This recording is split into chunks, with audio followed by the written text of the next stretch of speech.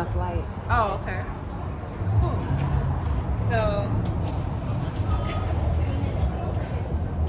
So as far as running your business by yourself, right?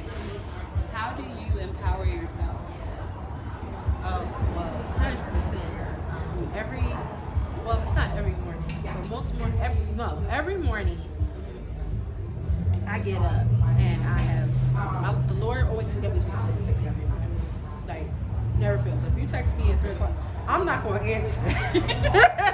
But if you texting me or calling me at 3 o'clock in the morning, it's a strong possibility I'm already up. But I'm not answering the phone. Don't even do it. Leave it alone. But the Lord wakes me between 3 and 6 every morning, and I have prayer. Even if it's just like a download of the night before, like, thank you God for this morning's first breath, or thank you God for yesterday, and forgive me for any of my transgressions from the day before and the day after. Lord, try to cover me. Lord, please place a hedge of angels around me. Be with me throughout today. And I've probably prayed about 6 times before I've actually woken up or turned on my tablet or anything. I think it's important to have skincare every morning, every night before bed. Why? Because your face sucks up everything all day long. Let's be real. People talking in your face, you sucking up breath. You blow through a smog. You're sucking in smog. And it also, because it's just a good thing to do, is just kind of scrub the day away. And also because that was one of my goals this year, to have. I've struggled with one would say bad skin, but I would just say it just wasn't pure. I wasn't Your skin, right. And as you get older, when you're a young girl, your body, it'll come up in your face. And I get told that I look like I'm about in my 20s, which is 100% the truth. I'm 33. That's not old, but I get told I don't look 33. But it don't, but still some blackness. I drink a lot of water, but every morning I get up, I make it a duty to make sure I've had praise and worship, even if that's just me talking to God, even if it's me listening to gospel music, maybe not the first thing in the morning, but before I start working or while I'm working. Like, there's some days where I won't listen or watch TV anymore. So if I go into the office, I might not watch a movie, because sometimes that's what I do. I'll be working and watching. Yes, y'all, while I'm doing y'all work, I'll be watching movies. Just since y'all knows it. But that's my business. Because your work gets done. That's your business. Okay. But, I will play. There's people at wear spaces where I work that will hear gospel music coming out of my unit, and I'm probably singing along to it. So that sets the precedent for my day. I think it's important that you set the tone for your day. So even if that's, like, for me, it's prayer every morning, or I have YouVersion Bible on my phone. So I can't say that I don't have a Bible. Like, I have a physical Bible that I sleep next to. I have a notebook with a pen that I sleep next to. So there are some mornings where I will just download. I will just write out a prayer, or I'll just say, Lord, this is plaguing me, this is bothering me, this is why this is going on, and just download. Or yesterday I was really mad, so just like a child would talk to their parent. Like, literally, I'm angry, I don't want to talk to you, or this happened, and I want to say this to this person. Just trying to be as transparent as possible, so I can let that go. And then usually, for the most part, once I do that, I feel 100 times better, and I can get through the rest of my day. But I will find scriptures that can bless my home. Like, there's a scripture in Hebrews that talks about writing your plans on the scroll so that you can making it plain. And that was my scripture I used all last year. So that was a part of a fervent prayer for me. And now what's going on into Washington, everything that I prayed about, like when I went to when we met at the event, I had actually, sometimes you can say stuff and you don't even know you're praying. Because, right, you're speaking things out loud. I would love to do something like this. I would love to do something like this. And so that was what, 2022? This is 2024. And so that's manifestation. You said it. You left it. Put it out there. And didn't even know I was saying it. I mean, God's always listening. And he was like, I'm sure he was like, yeah, he's like, and look, it's 2024, and a friend came. So this is how Empower Her kind of came to life. A friend of mine who I used to, so 10 years ago, I met Hakim, and Hakim was what was he doing? He was working for Edge Consulting, which is the business model was for you to bring your checks and then build capital, right? And so I don't know how I found out about it. I think I went to an event or something, because at the time it was 2000. It was like maybe 2014, 2015, and I was really just kind of just got my business license. I had just told myself I'm really gonna just go to networking events. And a friend of mine who also had business that I met some way, you know, because Your journey. I'm always talking to someone, right? He was just like, he used to take me to events all the time. So he took me to was it a SCORE meeting? Probably was. If it For wasn't, small business administration? yes. If it wasn't SCORE, it was like Damon Johns. And I'm air quoting because he wasn't there, y'all. But it wasn't a date. I think it was a Damon Johns event. But he used to always take me to something. So I might have been at a SCORE meeting. And when I went, it was kind of like I might have signed up for it, but I think that's what happened. And then I met up with Hakim, and then we built a friendship because the business model wasn't really working. I wasn't making enough money to be cashing checks. What is the business model? So the business model was you bring your checks to your agent, they cash the checks for you, and then they take like 10% of the check that you cash, and then it builds capital for your business. But I feel like if you're not making $10,000 and always cashing a check, it's just, how are you building capital? You know. So, but it's smart. It's smart for somebody who lives. And at the time, and even now, I don't want nobody giving me no check.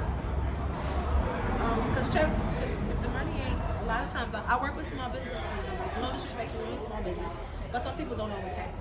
And that's fair, because you gotta move things around. You gotta make something, like when you have a small business, truth of the matter is, every day isn't going to be fundamental. I like that. It's not going to be fundamental. It's just not.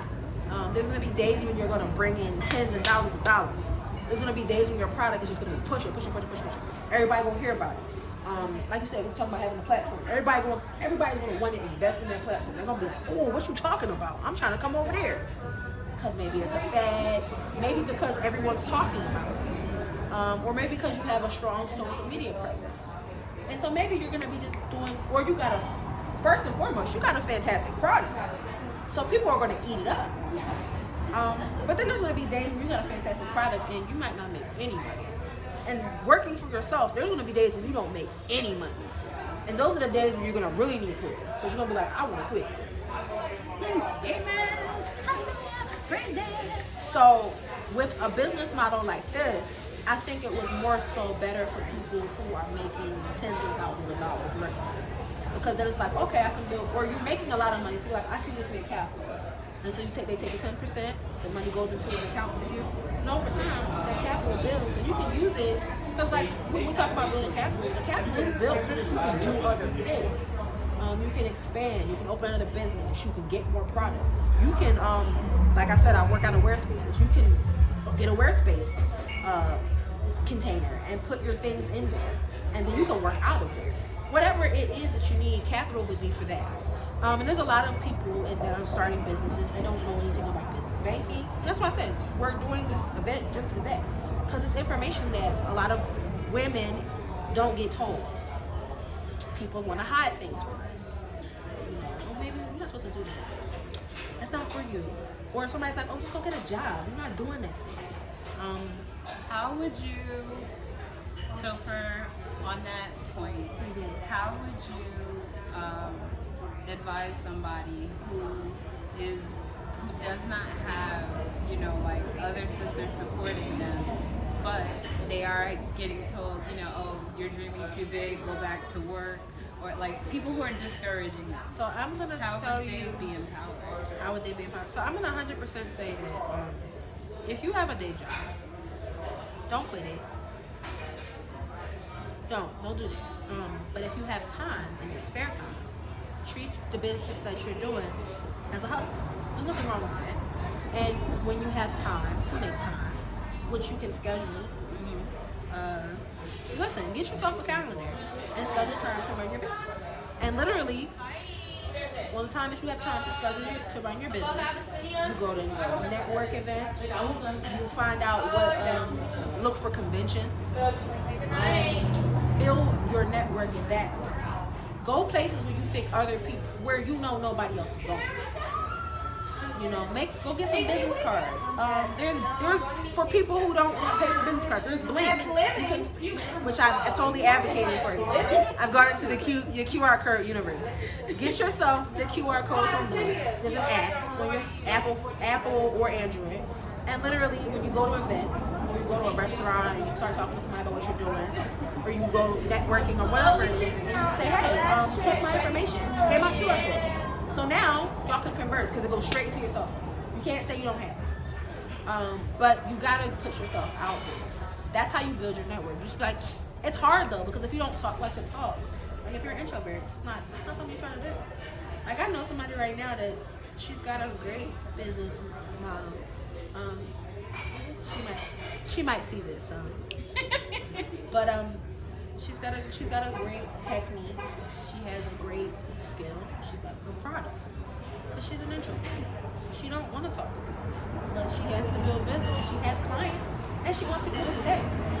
So because that's the situation, sometimes she doesn't want to necessarily do all that. But then you have people like me who I use the service, so I do this. And she's not paying attention. I'm gonna tell you right now, you need sisters. This is what I do. When she's not paying attention, I go into the hallway and I get business cards. And I leave them places. And if I see somebody that had their nails done, like, where you get your nails done at? But don't be playing, and I say, don't play around with her time. Okay. And those are her words? That's what's up. High five, friend. That's what's up. So she probably doesn't know that I'm doing that. But I'm just saying that it's like, you know, you have to be present.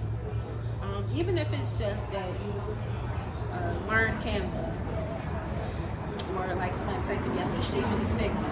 I'm not a fan of these products, but for someone who's not a designer, that it works for you. And you need to be posting on your social media. Find people, join groups. There's tons of Facebook groups for tons of things. Meetup. I actually love Meetup because there's Meetup.com is a website where you can go to events that are geared to whatever you like. So, like for instance, in my private time, I draw and I paint because that's how I even got to this space, and I still enjoy doing that. So I signed up for I don't do it as much as I used to, but there's a class that you can take. You can just draw. You can go to the art museum, you can go to Center City, and go to coffee shops and just draw. I like to hike. There's a meetup that you can go do hiking and yoga. There's pretty much meetups for everything. Or you can just do Google, because I love just Googling things. And Google, if you Google what's going on for art and design in Philadelphia, it'll give you a Google calendar for everything. Just and maybe it's easier said than done because, like I said, I am a hybrid, but I'm 100% more than I am an introvert. I'm an extrovert. I enjoy being around people. I love what I do. I love talking to my clients. A lot of times when I get to know a new client, I spend time just fiddling around on the phone talking to them and asking them 11 questions about them as a person. That's because if I know who you are, then I know what you do. But that's me. For someone who that's not them, you might need to force yourself to do things that you would, even if it's just your church or your job. I mean, you don't really want to be talking about what you're doing inside your job sometimes, but if you have work friends, pass off your information to your work friends. Hey, Becky, can you post this in your Instagram? Use them. Because maybe that's the only people you talk to all day. But you gotta build a network. And you have to make friends. Because if you have a business and you don't make friends, yeah, you're gonna just be doing it by yourself. You gotta find people, like even if you're on social media, you got this one girl that keep posting, liking everything. I don't know, maybe you DM her, hey, how you like everything? And that's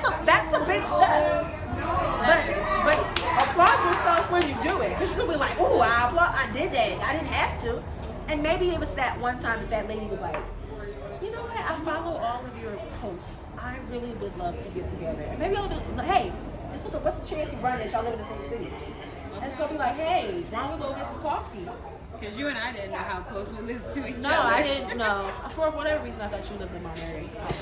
You live in Mount Airy. I was looking at the videos that's from your house. I was like, that looks like she live in a Mount Airy house. I don't even know where Mount Airy is. I don't know. Well, if you live in West Oak Lane, it's not that far. It's that area. And they say that about Germantown and all the other sections. West Oak Lane to Germantown? I guess it's not that far. Well, honestly, all that stuff, all these places are like relatively close. It's not really. This is fact. Not for nothing. Philadelphia is not that big. So how did you get to a point, because you, other than the Empower Her event, you have your own business. And I would like for you to, let us know, what's it called? How can we find you? Okay. How'd you get started? How have you kept like encouraging and empowering yourself? And what are some of the networks that you have used to get your business to where it is now? Okay, all good questions. Like I said, I'm the owner and operator of T Design Solutions, which is a graphic design, brand identity, and marketing business. So I specialize in helping other businesses build their brand. So I do business cards, I do letterhead, all the things that you need for that, logos, so you can build out your carbon footprint. I have been in business legally for about 10 years. 10 years, February 15th. I didn't celebrate it, but I think I'm going to. You should. I should. That's a whole decade. When I got my office last year, I was gonna throw a party, but then I was like, this is too far. Then I just said forget it. I You can. want so wait. How do you empower others and put your own celebration Well, I'm on not the gonna banner? lie. I don't know. Listen, when you start getting busy, you just kind of be like, all right, I'll get to it. But I'm gonna be 34 next month, so maybe I'll wait. You know what? When T Design Solutions, what is that? So 10, 11. Maybe when T Design Solutions turns 12, I'll throw a birthday party / hold me to that. I will. Okay. Because I think you should, even if you do Because I something think you're small, going to hold me to it. I think you're gonna be like, oh, it's last year you said. And I'm gonna keep on I saying. appreciate So when should I I'll show be up? so listen, right? I'll be 35 in like another year. Another year. Still a baby. I'm 100% a baby. I'm walking in that because there used to be a time I'd be like I felt old, but no, I'm a baby. I'm kicking 40's door down. Kicking it down. I heard it's fun over there. That's what somebody told me. They said they love. Stop talking to them. She was lying. She said she loved 40. She said, And you know what? It's a different level of effort over there, she said.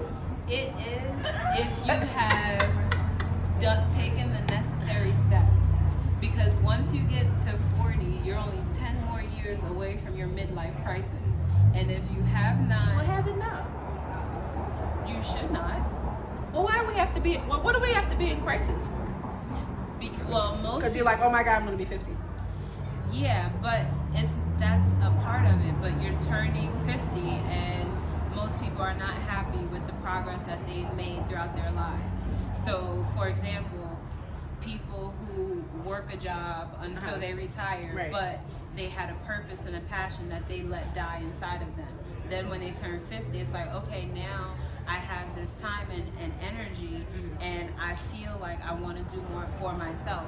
Not just work a job, not just be a family person, but now they want to chase their purpose. Well, God never said that you couldn't do that when you're 50 or when you're 40 or 45. And you're 35, so you're ahead of the game. Okay. You're ahead of the game. I didn't see, but I never would have looked at it like that. Why? I turned 30 and was like, oh my God. I had a little bit of, so when I turned 30, I had lost my mother like a year before. And I was having like and I was like somebody else's mom, technically. And then I found out my grandma had dementia, so that I was somebody else's mom. So I had an existential crisis a little bit. I was a little depressed. I don't even remember what and I didn't even, matter of fact, I turned 30 during COVID. So I had like a virtual birthday party. And I just remembered that because I asked a girlfriend of mine, like, well, what did I do on my 30th birthday? She was like, oh, we was on that group chat. On that hangout thing that everybody was on for that. But I had a small existential crisis because I was kind of like, what do I do? Where am I at? So I'm gonna tell a short story. I like to talk, but I'm gonna tell a short story. So when we're talking about, how I got here. So literally, in high school, in New York before that, I've always just been a creative. If I wasn't gluing something to something or putting powder, it probably should be in the upper ear, that's why. But I couldn't hear.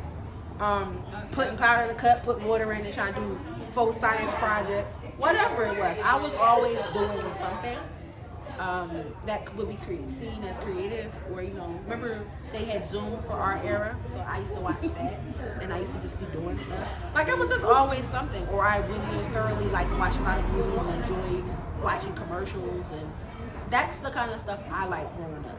And I love cartoons and Disney. I still watch cartoons, and I'm 30. So what? I love cartoons. I love anime. I prefer that over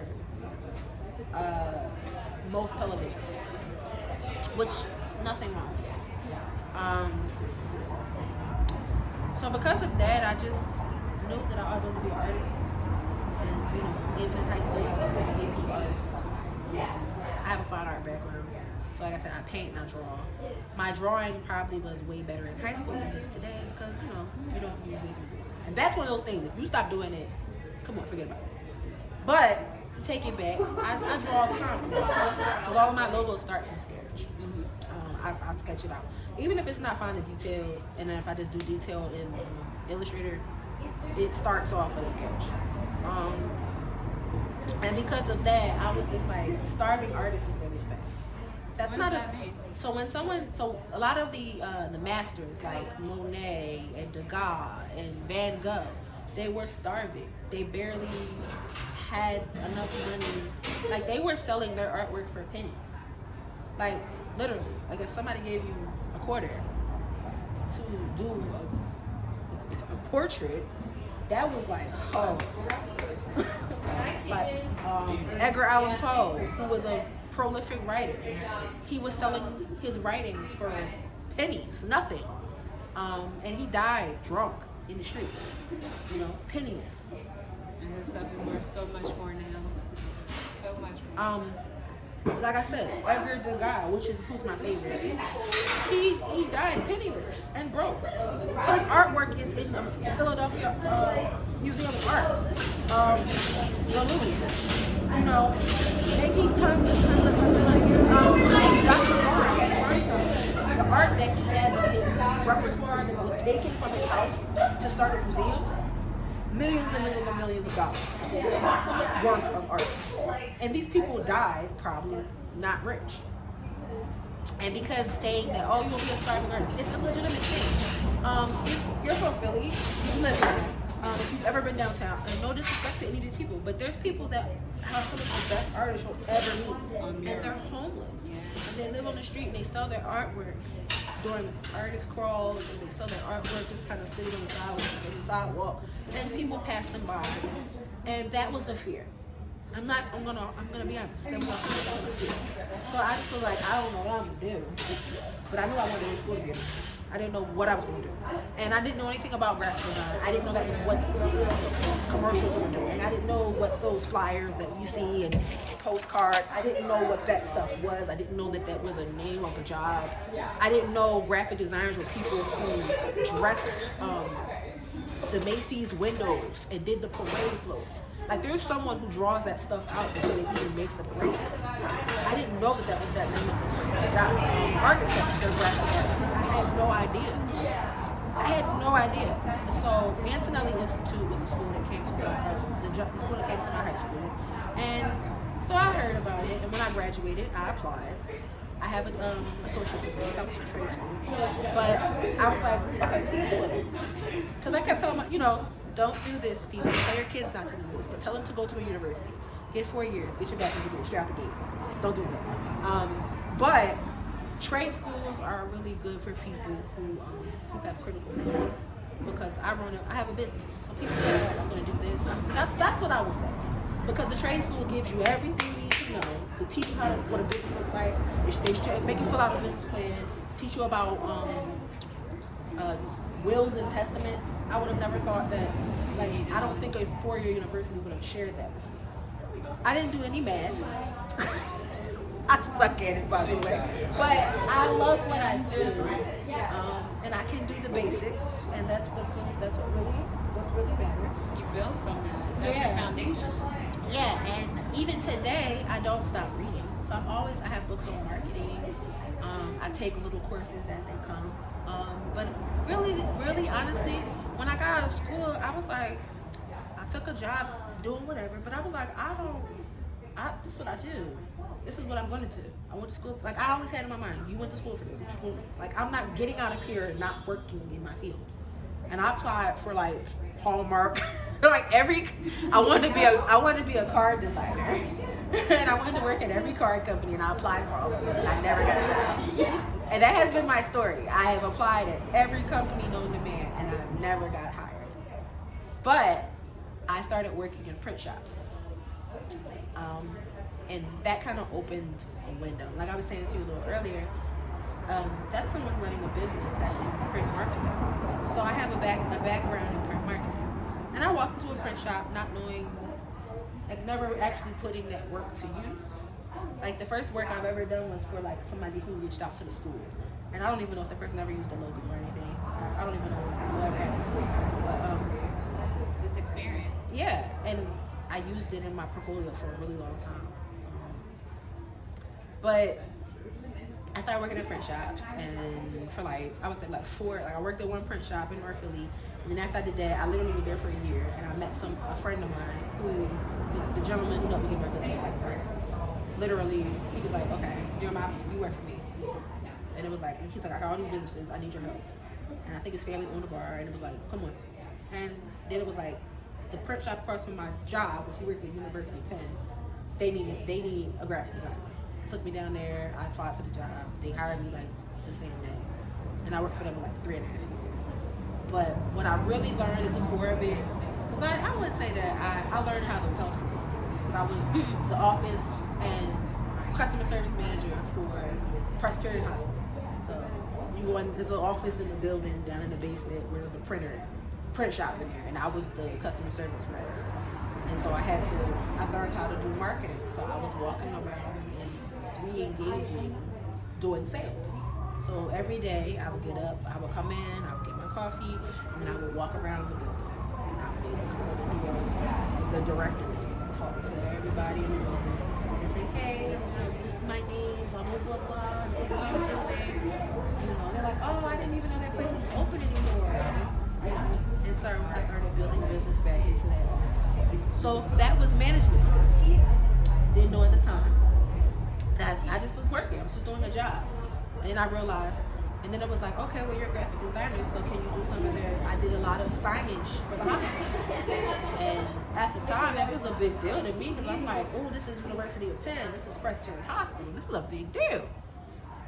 And it really was. But I started doing that kind of stuff. And that was just kind of how I started. And then I feel like after that, it kind of was like, I got laid off from them because it's a small business. And then I got rehired, and I got laid off again. And then once I got laid off, I was like, okay, it's like 2015. I said, okay, I'm gonna run this business. I'm gonna run it up. So I had a client who was in, a lot of my clients were like in the riding community. Like they were motorcycles, and they were exotic dancers, and they were throwing parties. And I did party flyers for like a good however many years. And I had one client, God rest his soul, because he passed away a few years ago, which thought that that was over for me because it was like he was like my one consistent client. Like I didn't make a lot of money, but a lot of they reached out to me. So it was always about money. Like I just need to pay my bills. And what I learned out much later was that if it's about money, you're not gonna make it. And Why is that? Why? Because you gotta have some purpose in your partner. It has to be, like you said, you gotta have a why. And back then I didn't know why I was a designer or why I was trying to run a business. I just knew that I didn't really know. How did you figure out your why? I found my why out a few years ago, like after my mother passed. Because it was like, okay, what are we doing? Yeah. It was kind of like, well, what are we doing here? What did we set out to do? Why? And it kind of came down to the fact that it was like, all these years I've been trying to find a job. I done worked at TJ Maxx, I done worked at the liquor store, I done worked for Working America, helping people rebuild their units. And like I said to you earlier, every job I had was really setting me up for the job that I have now. Because I would literally, like I worked for a grassroots organization where I was talking about elections. I traveled, they sent me to other cities, I helped flip other cities green, red, blue, you know, and so what I would do is we were knocking on doors. Sales. It's not, technically not sales, but it's sales. You're knocking on doors, talking to people about stuff they don't care about. But ultimately it's helping. Because you should care about your country. You should care about social change. And in a way that also changed the way I feel about my community and my work. So it was a really great experience. That was one of my favorite jobs I've ever had. Prior to that, in 2015, I really just was like I said, when you're desperate, you'll just do anything. And what I should have did was, not what I should have. My plan was to sit still and run my business. But I was like, I need some money. Because it was always, like I said, it was always about money. Like, money to make money. Yeah, it was always about money. I had got laid off, I got unemployment, and I was like, I need to make money. Like, I'm not about to sit here and keep having clientele, and I'm not making no money. And I also wasn't happy. I went back to school, and that ended up not working out. And I was qualifying people for free phones through Safeway, right? And I was knocking on people's doors, standing on street corners, and talking to them about free phones, about the free program. And looking back, that just, like I said, doing the election work, and that set me up for how I approach individuals. It showed me how to have the power of suggestion. Because I talk to my clients about things they sometimes don't care about, or things they don't know how to do. And I tell them, well, you know, and I learned that I have power, you know, and not that I want to have power, because it doesn't matter. Like, it don't serve me nothing to be able to move people in directions. But the thing is that when you have a business, you have to kind of bring people towards you.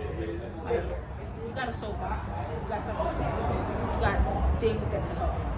You have to kind of, why do I want you? Why with all the thousands of graphic designers that work for 400 to 500 companies, went to 4 years of college, have all these skills, maybe the same skills you have, but not with maybe the groundwork that you have. Why do I want you? So I understand marketing from the real world. So that's like making yourself more marketable. Yeah, it 100% did, because it was like, I understand marketing design from a real world perspective. Because I've been in front of small businesses, I watched them fall apart. Thicker sweater. This fire does feel good. So, you know, it kind of changed. Now looking back, my perspective is different, because it's like I have more self-confidence. That's the other thing. I started going to therapy too. I know you. When you don't have no confidence, yeah, because when you don't have confidence, none of this stuff I'm talking about even matters. So why did you not have confidence, if you don't mind? Why was your confidence lacking? Because you didn't find it. No. It's not something new. It's something, it. yeah. Because it was already inside of you. So, if, you know, no offense to my parents, because they're lovely. I love my mother. I feel like I 100% love my dad, but I just feel like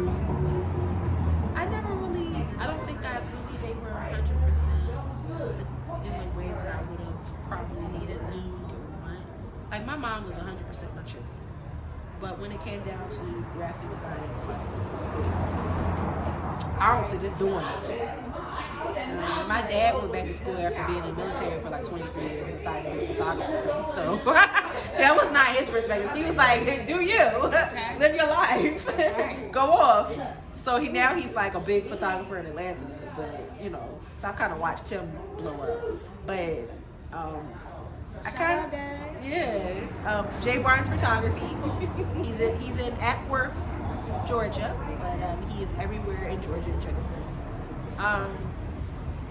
So it kind of was like one of those things where I was always very anxious. Like I've always been just talking about it today. Always had an opinion about something.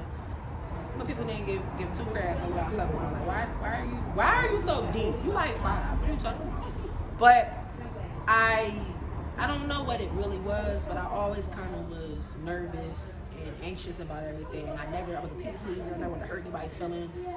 I used to go in the rooms and shrink because people don't want me. Because I got all these. Because you come off weird when you smile. And as much as that shouldn't matter, but when you're a kid, and I think sometimes we don't realize that when we are children, when we get picked on and bullied, whether it's our fault or not, because I'm gonna say somebody says I'm 100% my fault, because I talk too much and I would get people's business. Looking back now, I can say that. I can say I got bullied because I got people's business. Like I wanted to be in the mix. I didn't want to mix. I wanted to be in the mix. I wanted to be everybody's friend. So I would jump in people's folks' conversation. And these chicks is a little bit, they from North, like I'm in Upper Darby, but they from North Philly and stuff. And they want to mix with me now. They telling people they want to beat me up.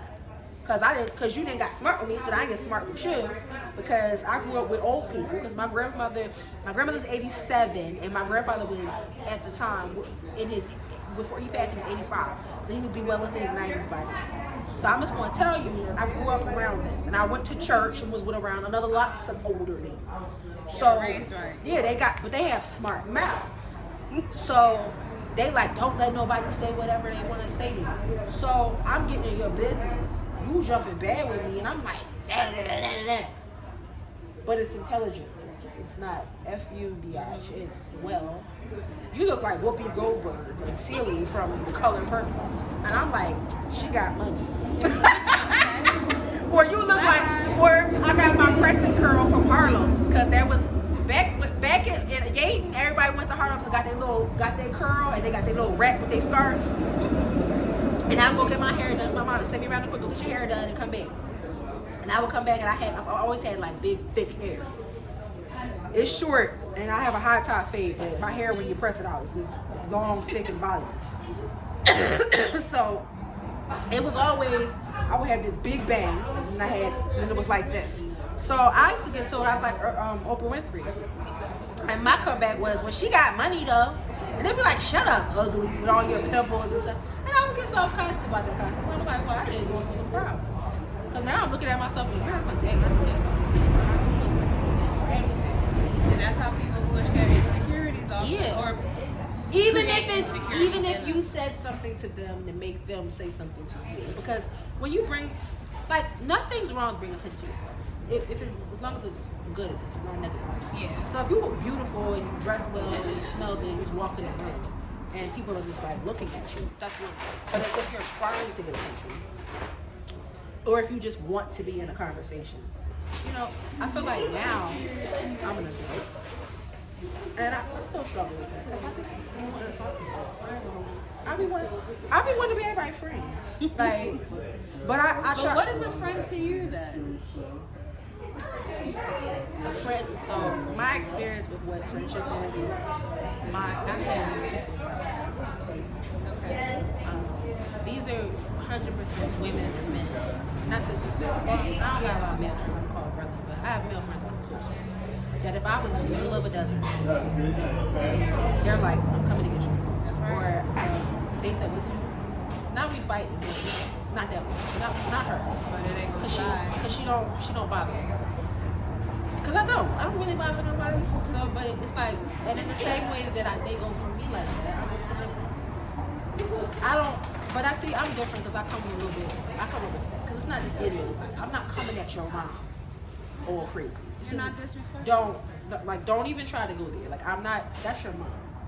I'm 100%. And also because mine is no longer here with me, so I'm not coming at nobody's mom. I'm not coming at nobody's auntie. I'm not coming at nobody. I'm talking to you, and I'm only talking to you. But yes, but what I'm gonna do is I'm the friend that's gonna rear you up. I'm getting coattails. What you doing? Why did y'all get in that altercation?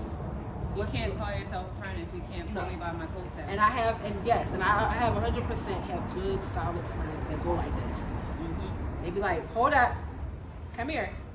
Yep, straighten up. My girlfriends and my homies go like this. Yoke you up. Let me talk to you for a second. And I'll be like, what? They're like, You acting like a little kid right now. Slow down. Why did you say that? They'll be like, well, you know, that's what friends are. The person that holds you accountable. The person that goes to bat for you. The person that 100% allows you to be transparent and sees you. Because 100%, that's love. Being honest with one another. You're not supposed to confess our sins to one another. You know? You're supposed to be present with one another. Like, if you can't do that, then we're not friends. And you want to be that to a lot of people? Well, no, I don't. Like, that's a lot of energy. I ain't gonna hold you. I'm just honest, like I said. I like to talk to everybody. I want to talk to everybody. I want to engage with everyone. That's but extrovert. The word friend is a loaded word. Yes, it is. Like, I've had people say, "Oh, we're not friends," and I'll be like, "Dang, I gotta address this. This is crazy." I'll be like, friend is such a loaded word. Because it's like, for me, you gotta build up levels of agreement to start saying it. I always say that there are levels to friendship. You have your front porch friends, you have your living room friends, and you have your bedroom friends. Your front porch friends are acquaintances, people you see on the street. You don't break bread with them. It's just hi, bye. You can talk about any and everything, but it doesn't get deep. Your living room friends are people you can break bread with. I can trust you in my house not to rob me. I can trust you with certain things, but not everything. Your bedroom friends, those are like your closest friends. They know the ugly sides of you. They know your secrets and don't tell anybody. Like, they're there for you 1,000%. So a lot of people are like, and for March, my podcast series is on Kingdom Connections. A lot of people build superficial friendships and then are like so distraught when the superficial, it ends at the superficial level. I'm gonna cut you off for a second because I'm gonna tell you, I'm gonna disagree with you a little bit because I don't. Go ahead. I'm gonna tell you, I don't got a lot of surface friends. That's a good thing. That's a blessing. I don't think everybody deserves the whole court in your life, even if it's just for like, because we just kick it every once in a while, we just know each other. Like, I got people I know that we just know each other. We run in the same circles. Maybe we go to church together. We go up around each other. But I'm never going to be like, oh, that's my friend. That might be a front porch friend, an acquaintance, an associate. But I don't have a lot of associates and acquaintances. And you shouldn't have a lot of. Like, there's not a lot of people that I know that I'm like, oh, yeah, this person. But the people, I guess they could be acquaintances because it's like, I know I could call this person if I needed something. But I might not call. Because I'm going to say about me personally, I don't ask for help a lot. Same. Everybody, because you can't, and no disrespect to anybody, because you can't depend on everybody for it. And I don't talk to a lot of people about a lot. That's a lie. I talk about my business to a lot of people. I really actually do. I'm very much open like that. And I'm going to work on that. Because everybody don't need to know your business. And I'm working on it. Because there's some things I don't talk about. Everybody don't need to know my business. But I don't mind talking about it because I don't get easily embarrassed if I'm embarrassing me. But if you're embarrassing me, that's a different story. Yeah. So I don't mind telling people stuff. I like to get other people's perspective. So like if I'm at a bar or a cocktail restaurant and I'm like, so let me ask you a question. I try not to do that too much, but I'll be like, so listen, right? Because, I go to therapy once a week, so sometimes I need to talk. And everybody don't listen, even your closest friends don't want to hear the same stuff over and over. You're like, come on, sis. You still messing with that bull? And you like... I wish I had those. No, I thank God I don't. I do.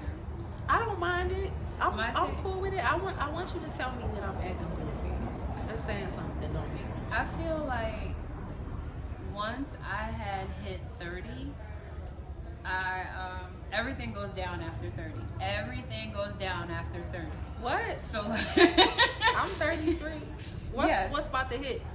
So in your 20s, you know, that's your partying and your extra social. That was But trash. once you hit 30, it's like, I'm too old to be doing the same things I was too doing tired. 10 years ago. Exactly. Because now I'm entering my full adulthood. Okay. And things are changing. So Okay. I can't party. I can't, stay I up have till sciatic 3 o'clock in the nerve pain. morning and show up for work to take care Right. Yeah. I used to go to work drunk with sunglasses on. Be on a train like looking like Ray Charles, just tore up, hung over, going to work, and could effectively design. Absolutely, the craziest thing I can talk about it now is I don't work there, but there's a company I worked for that I used to go to work drunk every day. Well, every Friday after Thursday. I'm not a drinker. Like, I'm a lightweight. Like, wine No, I don't is drink all like I can do. But, like, for me, once I hit 30, it was like, now I need to figure out what I want to do. Once college was done, now you're done with schooling. So that's no longer your priority or your job. Right. Now all you have is your job and the new activities and things that you like to do in your adulthood. Right. Because you can't go back to doing the same things you're doing in your 20s. And then once you hit 35, it's like, oh crap, in 5 more years I'm going to hit another milestone birthday and I'm going to be 40. So when I turn 40, what accomplishments am I going to celebrate? Because if I didn't do anything, if I didn't do anything to add value to myself with it between 30 and 40, then I'm not going to be happy turning 40. Okay. And then, like, when it comes to friendships, like, it's something that I've always struggled with friends, only because, like I said, you know, people like having my energy around, but they don't appreciate it the way that I would feel appreciated. It's just like, hey, I want you here. That's why a lot of things for me are social obligations. I consider you a friend. You just want me to be here for this photo op. You want me to be a wingman. You want to go out to eat, not a problem. But, like, if I want to get deep about something, there are certain people I can't do that with. Right, And like then, you said, everybody enough for that. exactly. And the people that But I'm not hanging out with nobody I can't be. We're not hanging out. if I can't be completely vulnerable not with hanging out. you, exactly. What is So it? then- What are we hanging out? So then, exactly. You're holding court in my space. There's nothing, and my posture is the way it is because I'm just like I just can't do that. Keep your feet up. Nah, I ain't put my feet up there. I got bad problems. I'm gonna say this. Like I hear where you coming from, but no, I'm gonna tell you I done had. How many friends I got right now? I'm gonna count you. So I think I probably got 5 or 6 friends. Like real friends that I kick it with, that I hang out with often. I really only hang with. I don't know who's watching. Who's watching this, but I really only hang out with one person. Maybe 2 people right now. One of them is because I work with them. We're building an initiative together. But I really only hang out with one person, and it's because we've known each other since we were girls. Like, you know how some people be like, they live in small towns and they, you know, everybody they know is knows the kids. I didn't necessarily get that opportunity, but I was able to. So my closest friend right now is a young lady that I grew up with. She is 35. I'm 33. We're not that much older or younger from each other, but her grandmother and my grandmother were very close friends. We went to elementary together. We went to daycare. Well, no, summer camp together. We didn't like each other when we were kids, but we didn't have no choice but to be around each other. But over time, I know about that life. Hey, she was bossy, but so was I, and I was younger than her, so she used to try to boss me.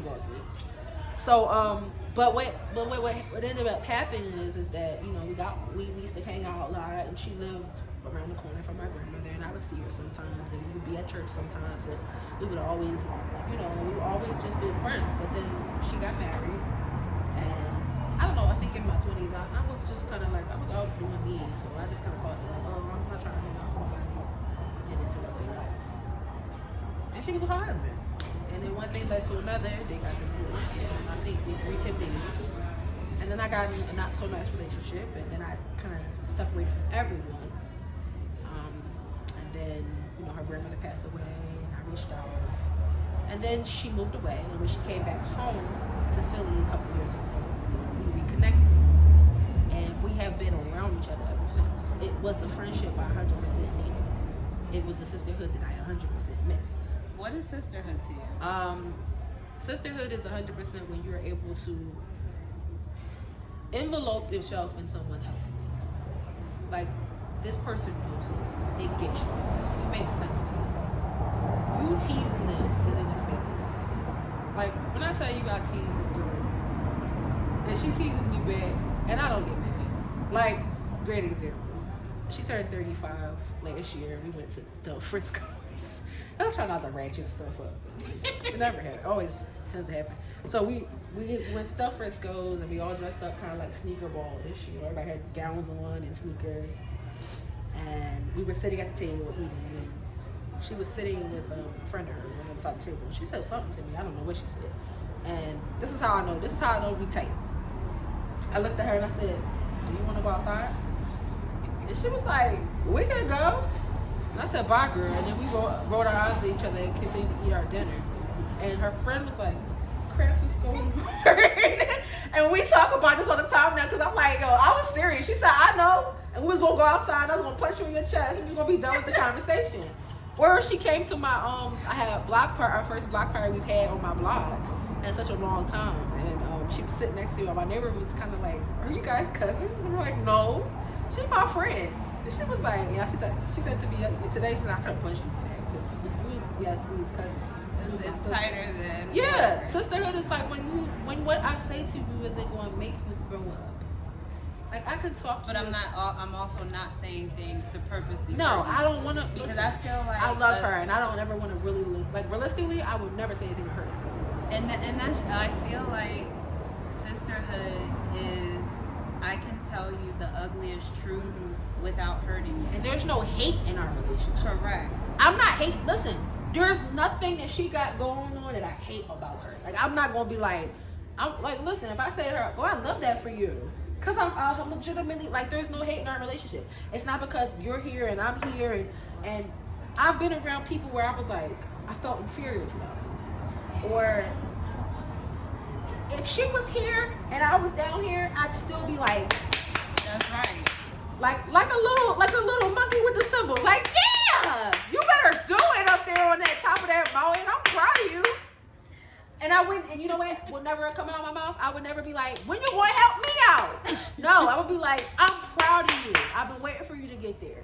That's right. what, like, when we first talked, and you were like, my friends were like, you get up there and I'm gonna climb and help And you I'm up. going to meet you at the top. Yeah, but for me, I'm never, listen, she might get married before me. And I'm gonna be like, "This is the wedding."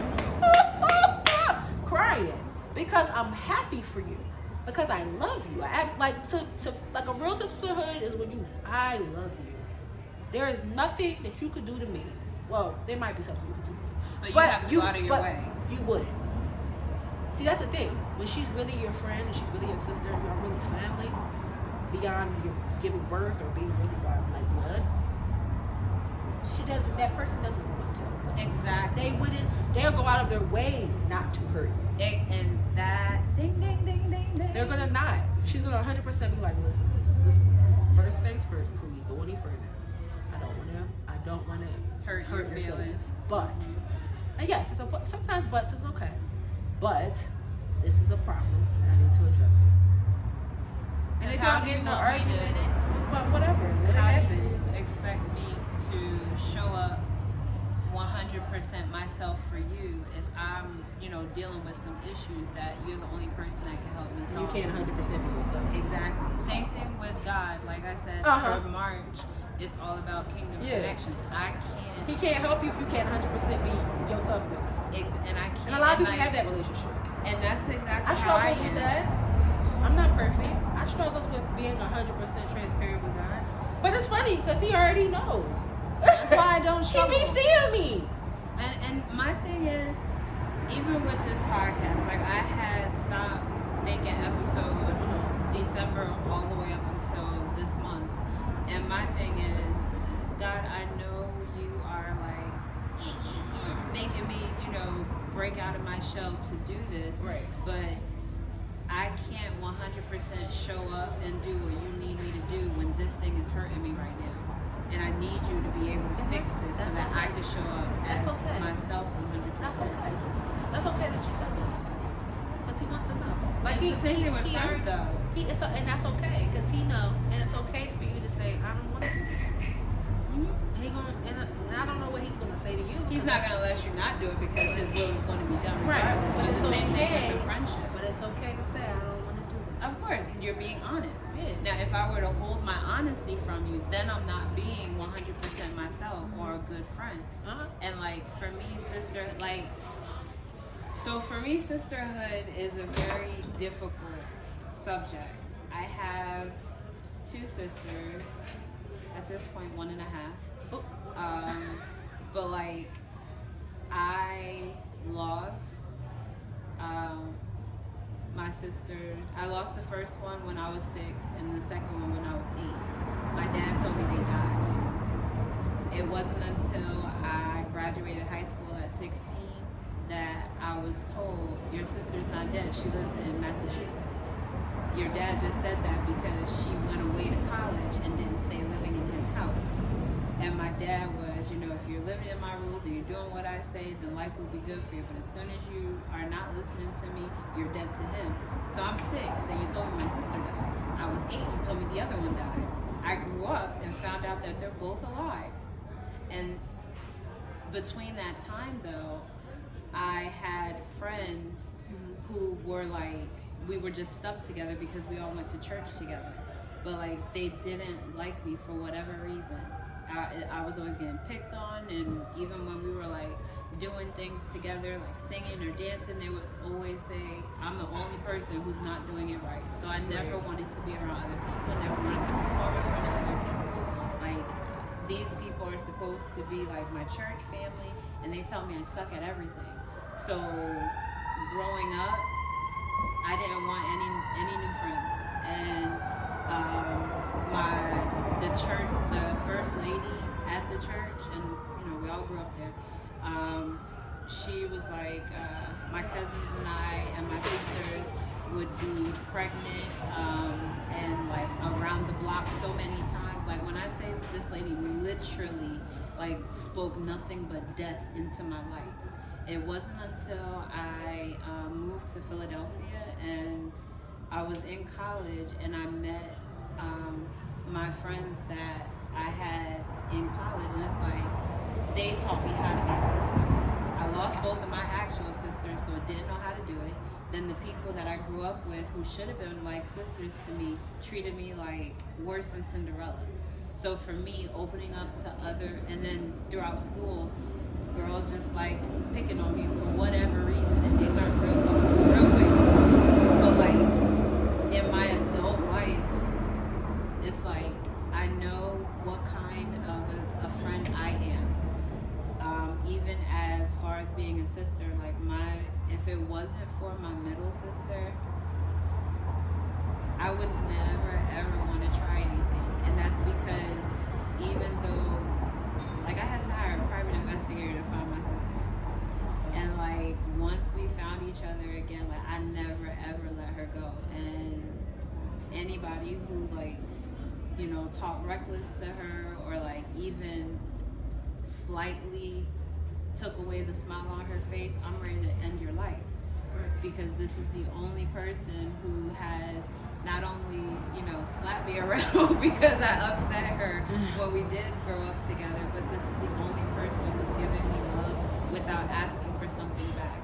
This is the only person who's speaking life into me in situations I didn't even know I need to be ready for.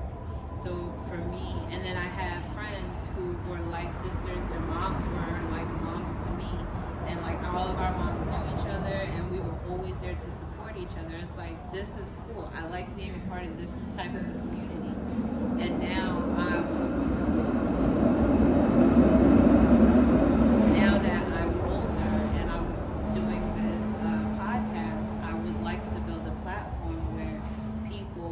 purposely want to be a part of this community, where they know, hey, no matter what's going on, you will always get some type of positivity. You will always be empowered. You will always get encouragement. Even if I don't have it for myself, I will always have it for my sister or for my brother. Because no matter what, I may be in a bad mood. I know that I'm in a bad mood for a short period of time. You might be going through something and you're ready to like throw your life away, throw your career away. I don't want that for you. So I can put my little issues to the side because I know God got me regardless. But not everybody thinks like that. Not everybody is aware of the power that's inside of them. Right. So like building a sisterhood, a brotherhood, a community, if people don't have or hold, if they don't hold the same values, that's okay. Right. But the values that you do hold, you should want to share them with the community of people that you're around. If you have kids, it takes a village to raise a child. Right. But if you don't have a community of people that you can consider, Right. safe, Right. you can consider them to be open and vulnerable and honest, you wouldn't want to bring your children into that. And then, with the way people are so okay with just using each other, it makes it very difficult, like, to want to spend time, because I know I'm meeting you, you are interacting with me because there's something about me you want, or vice versa. Whether you find me attractive and you just want to talk to me to find out what you can profit from my attractiveness, be it trying to have sex, be it trying to build a relationship.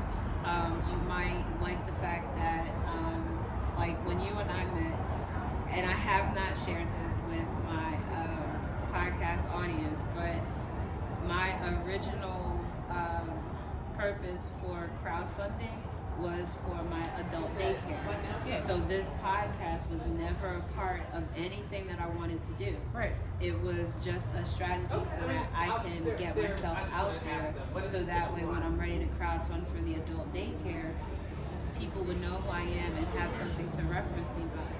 But I feel like part of the reason why I'm struggling so much with the podcast is because God gave it to me for His purpose.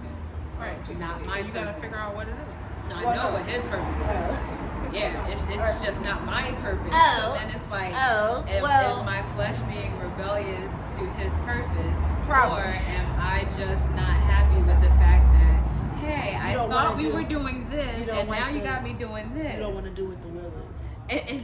And it's, Well, then there's the prayer, Lord, align my plan with your will. yes. So all He's gonna do is take what your idea or your plan is and align it with His will, and you gotta be obedient. So it's gotta check itself up. Like It's it's because gotta it doesn't gotta do look like like this. it. It's It got- doesn't look like what I push think down it and should shake it be. together. Yeah. And that's just it. And even what it with is. this Let it podcast, go. Like you said, let it go, let it go. Like you can't hold on to what you're trying to do. He not trying. Listen, at the end of the day, He's not trying to hear that. Like He don't want to hear what you trying. Like I heard what you wanted to do. I'm telling you what I want you to do. So come over here, and when you're ready to stop being rebellious, because we could talk about that all day long. Because God wrote. You need to read about Moses, disobedience. Read about Abraham, obedience. See, this both sides. You over here telling God, but look at me, I'm just a drunkard. I kill people. He like, yeah, but I want you to go over here and talk to these people. I'm sorry. Take this staff and go do what I asked you to do. Go over here and slice your son's head off. Go ahead and do it. Okay, I'm gonna do it. I'm gonna do it, guy. And then you do it. He almost about to do it. He like, no. I just want to see what you're gonna do. But my boy, dude. Like, all right. I feel like It is what it is. building kingdom connections though requires people to be able to be honest with where you are, with who you are. Like you love talking to people. You are you're a hybrid. You are more of an extrovert I'm than an probably more introvert. of an extrovert. Mm-hmm. That's very true. But you know without a shadow of a doubt that you are a very loving person, a very caring person, you are a very encouraging person, and you are spiritual. You are a very good friend. No matter wherever you are planted, you're going to grow and bloom there because you want to give love. Whereas other people, they just want to be in the bouquet. They don't want to be in a field of lilies. Oh wow. Oh wow, that's a weird. They want to be a bouquet. Dang. They're the pick-me's, they're the chosen, the ones who want to be chosen. You know, they want to be in that bouquet that you're going to give for a day and die in a week. Not you trying to be a bouquet that die in a week. All the flowers I ever had take a couple weeks to die, but okay. No, I do want to be a flower in a good soil. And that's I want to be the seed that fall in a good soil and it grows. Yes, that parable. But you are that the parable soil. be eating me God up. already put the seeds on the inside of you. I do think I got good soil. I be praying You about are it. I am good good soil. Thank you. Yes, God put his seeds on the inside of you, and you are supposed to produce the fruit. I'm trying. So you go from, you take all the seeds, all the blessings, all the anointing that you know of, and as you use those, God is going to start opening your eyes to see the rest of the seeds that you don't know you have inside of if you. you hear that bouquet thing. You're gonna just look at the post up. I will. Look that up. That can eat me up on that. But am I wrong? And that's another thing. Like, Wait, no, not am I I wrong. say Now it. you want to be like, am I wrong? Am I wrong then? People don't like the way I say things, but am I wrong? It's not that I don't like the way you say things. I like 100% like the way you say things. And I just 100% think that that's probably 100% true. That some people, like I said, we were talking at dinner, it's like some people, what did Drake say? How to make it for a good time, not a long time. I don't know any Drake songs other than successful. Unfortunately, I didn't. Sorry, but I'm a little bit under construction. We're still working. But I'm gonna say, you're here for a good time, not a long time. You crazy for birthdays, not for a good time. Yeah, They're not meant to stay forever. you're right. They die. You're right. They are cut from the soil. Dang, that is a word. That's somebody need that. Matter of fact, I might have to holler at my pastor after this. Like, hey, And not only you need to do that, a sermon about a good bouquet and some good soil. Yeah. And a garden with flowers that bloom. even with that, two things. A, the grass is greener where you water it. Yeah. So as long as you're watering your plant, your garden, your soil, you will always flourish. What about watering other things? Again, you can't water If you somebody can't water else's. your own. Exactly. Because what the Bible says, God gives you blessings and he gives it to you in abundance. Yes. So out of your overflow, that's what other people Amen. are getting. That's why it doesn't drain you. Amen. And because you are a blessing to be a blessing to other people, you are okay and comfortable to be an extrovert, because no matter who you're talking to, whether it's somebody in the grocery store line, somebody at the gym, somebody that you just met off the street, you have nothing but goodness to give and pour out on other people because you have it in abundance. But like people like us, we can sit next to each other, we can acknowledge that we are both beautiful black young ladies, no matter what. And no matter what, guess what? A field of lilies does not care about the flowers next to them, they just bloom. Right. So I can help my sister lilies, pick up their petals if they're drooping a little bit. I have 100% no problem helping someone else flourish. And that's what we're supposed But to like do. you said, it has to be reciprocal. Well, it doesn't have to. It will come back to you. But yes, you get back to me. If you give, it comes back. And I will say, I was struggling also with the podcast because, I'm putting, what I feel is good energy out there, and I'm getting back negativity and toxicity. God, I don't want to do this. I'm putting myself out there. You're forcing me to, come out of my shell to do this for you, for the sake of other people, and I'm the one getting attacked. And he told me, but God said, but God told me your reciprocity is what happens in other people. So the love that you give them, the energy that you give them, they appreciate, they receive it, whether they acknowledge you or not. That is your reciprocity. Just knowing that your good work is doing something. You're adding value to other people. Yeah. But it's difficult, to feel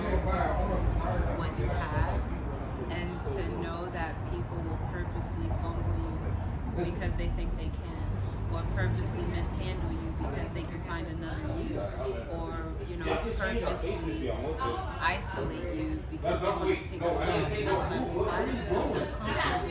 spreading your negativity and toxicity to me, and that's not what I'm doing to you. And again, you may not reciprocate the positivity I give you, and I may not reciprocate the negativity you gave me in the same way, but you getting something back. Right.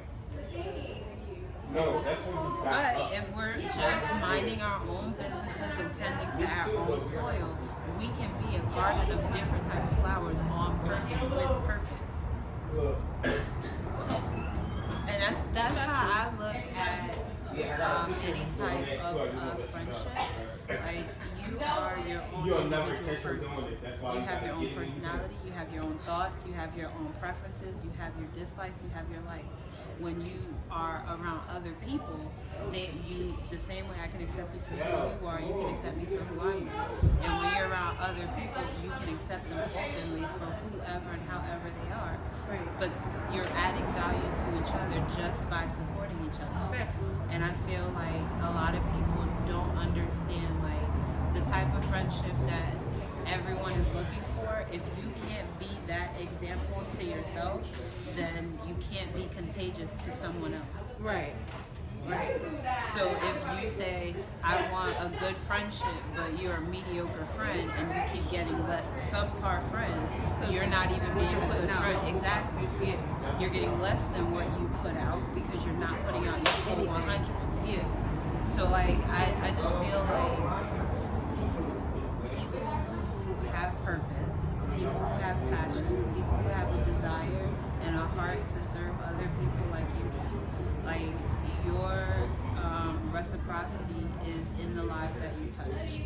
It's in, even with graphic designing, you take your creativity and the company's designs or thoughts and you mesh it together and you create and add value by what you create for that business.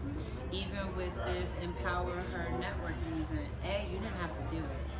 B, you didn't have to go through all of the processes, procedures to get everything locked in, get the people locked in, sell the tickets, market, advertise, push it out there. You didn't have to do any of it, but you decided to do it because you want to help other people. And as a result of you wanting to help other people, all of the people who are coming to this event, they don't even know what they're getting. But the one thing that they will leave it, and that's just it. Because you put your faith in it, because you put your spirit behind your work and what you're doing, because your faith is what's powering your purpose, the people who are going to come to your event and leave are going to leave with a piece of you, whether they know it or not. I pray so. I pray that is the truth. It's going to happen regardless. I mean, I get that. I really feel like it just, there's nothing I can do. And I was telling my partner this. I said, this really, at this point, there's nothing we can do. Like, it's going to do what it's going to do. Correct. No. It's going to do what you want it to do because God will not allow you to fail at anything that you want to do. So whatever you do is going to prosper. And if you want people to be blessed by it, guess what? Where the blessing's coming from? It's coming from your faith. No? From my faith? From your faith. Okay. God is going to bless the people that come. Like the people that come that might not even know Him. Oh. Exactly. So then because of your faith has produced this event, and your faith is what's going to draw these people, and your faith is what's driving all of the people that you have coming to speak and help. That's how other people are being blessed. Your faith put this event together, your faith is driving it, your faith is what people are going to leave with. And as a result of you continuing to strengthen yourself, strengthen your relationship to heaven, you are bringing down heaven to every single person that you come in contact with. That's what a kingdom connection is. Whether you woke up and said, God, I want to bring down heaven, or you just said, God, this is what I want to do. Your will is His will. His will is your will. And as you work in partnership together on purpose, whatever it is you want, He's going to make it happen because it's part of His will. Your desire is what He wants you to do anyway. Right. And I say this, knowing this, and still upset that, wait, I thought I wanted to work on my adult daycare. Speak Not for this. yourself. Exactly. Well, you already know when to take it. You know what you're supposed to do. Because, I mean, and if that's what He wants, it'll come back. Yeah, And He won't if let that's me a part of rest. the plan, then it'll come back. Yeah, He won't let me That's Oh, what he wants the adult thing. No. And he wants the podcast. He wants the podcast. He wants his book. voice out to the Yes. out to the people. Yes. So let that be known. Do what you need to do, and you will get blessed. The adult daycare, I feel like.